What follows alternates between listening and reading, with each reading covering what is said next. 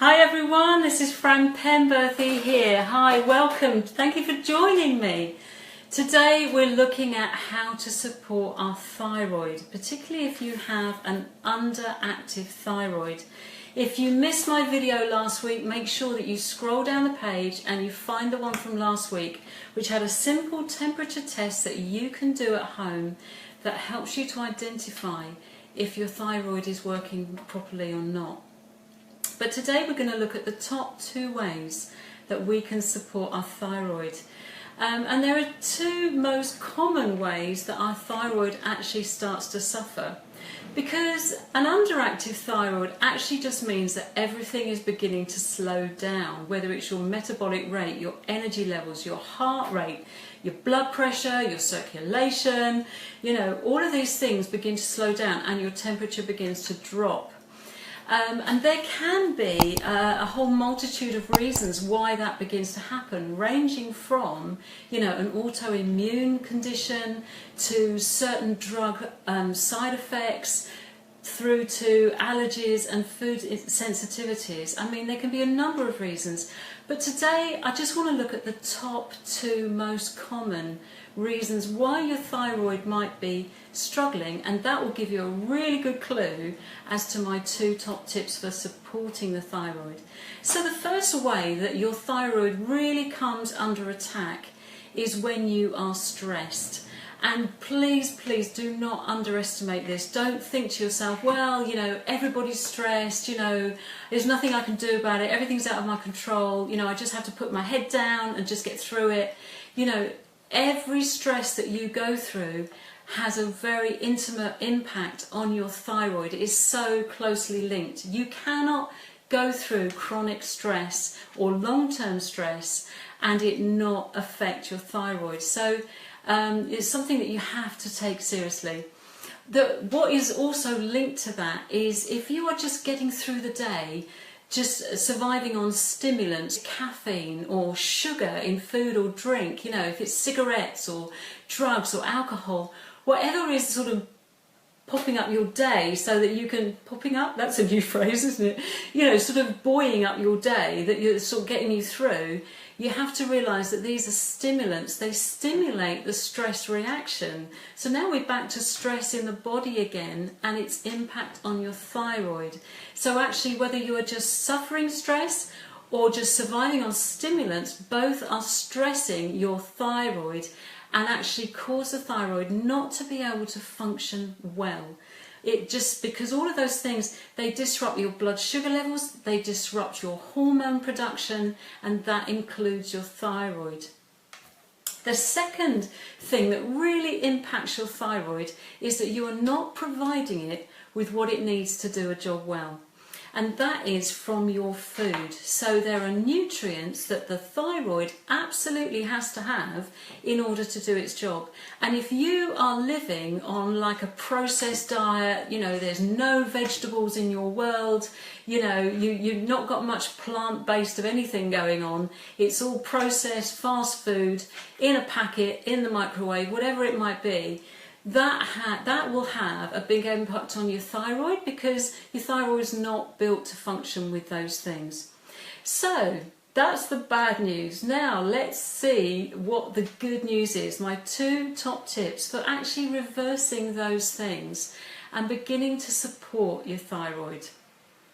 Well, as you might have guessed, you have to deal with the stress. So it might take some tough decisions. It might be some decisions that you've been avoiding that you don't want to make. But whatever is causing you the long-term stress, there is a decision to be made about that, whether it is to find a way to cope with it or it's a way to change it. And so that is where you just need to bite the bullet and actually make some decisions so that you can bring those stress levels down and relieve your poor little thyroid. Give it a chance.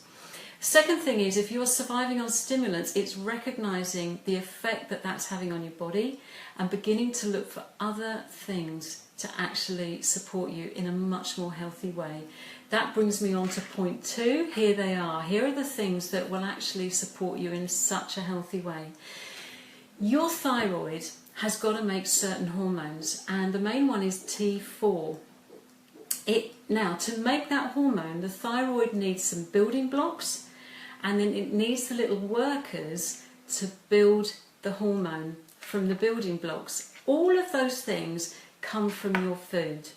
The building blocks is an amino acid called tyrosine and iodine. So tyrosine, as it's an amino acid, that means it comes from protein foods. So you need to be eating things like chicken and turkey and eggs and cheese and beans and pulses.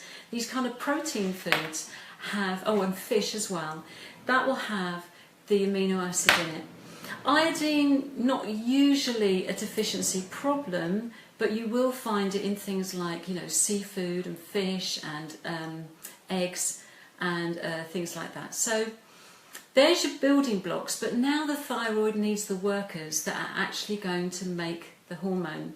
They come from the antioxidants, so it's vitamin A, vitamin E, and then also the B vitamins. They're the workers that will actually construct the hormone in the thyroid. Now they come from particularly fruit, vegetables, the green leaves, the brassicas like the cauliflower and the broccoli.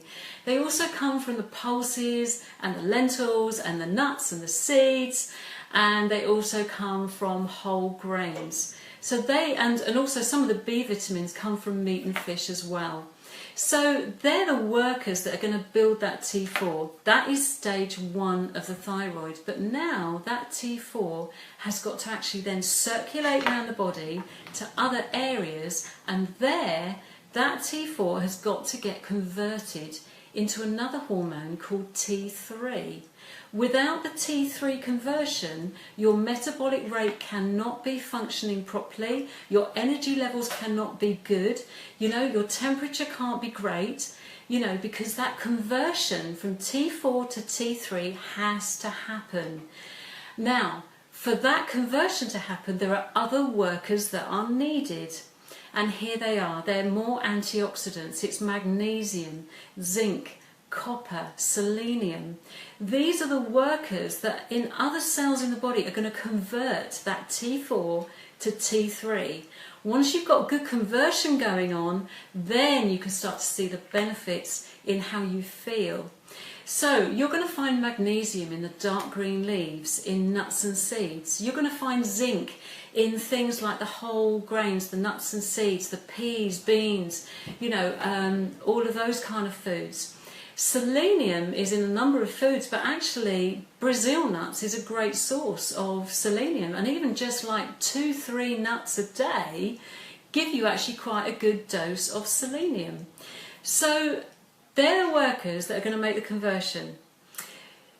So let's summarise what I've said so far. So first of all, we have got to bite the bullet and deal with stress. If we want to look after our thyroid, do not ignore stress. It has to be dealt with, managed properly.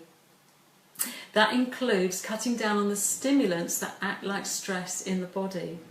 Number 2 is that we need to provide all the nutrients that the thyroid needs in order to do all its work, make those hormones, make the hormone conversion. And they will be all those nutrients that you find in a natural, healthy, whole food, plant-based diet. And that really means that we're talking about those kind of foods for breakfast, lunch, dinner and snacks. It's not just like, once a day I'll have my little healthy corner. No, it needs to be across the board through your day, those nutrients, so that they can be delivered to the thyroid. Did you know we've got about 10 pints of blood, and every hour, every drop of that blood supply goes through your thyroid, and it is delivering the nutrients that the thyroid needs or not. So let's make sure that it is, because you're eating those things so that the blood supply can supply it to the thyroid. I love learning about the body. I hope you do too. I hope that you've got some benefit out of this. If you have, please hit the like button. If you've got friends that need to know about this, would you hit the share button now? Thanks for listening, and I'll see you again next week.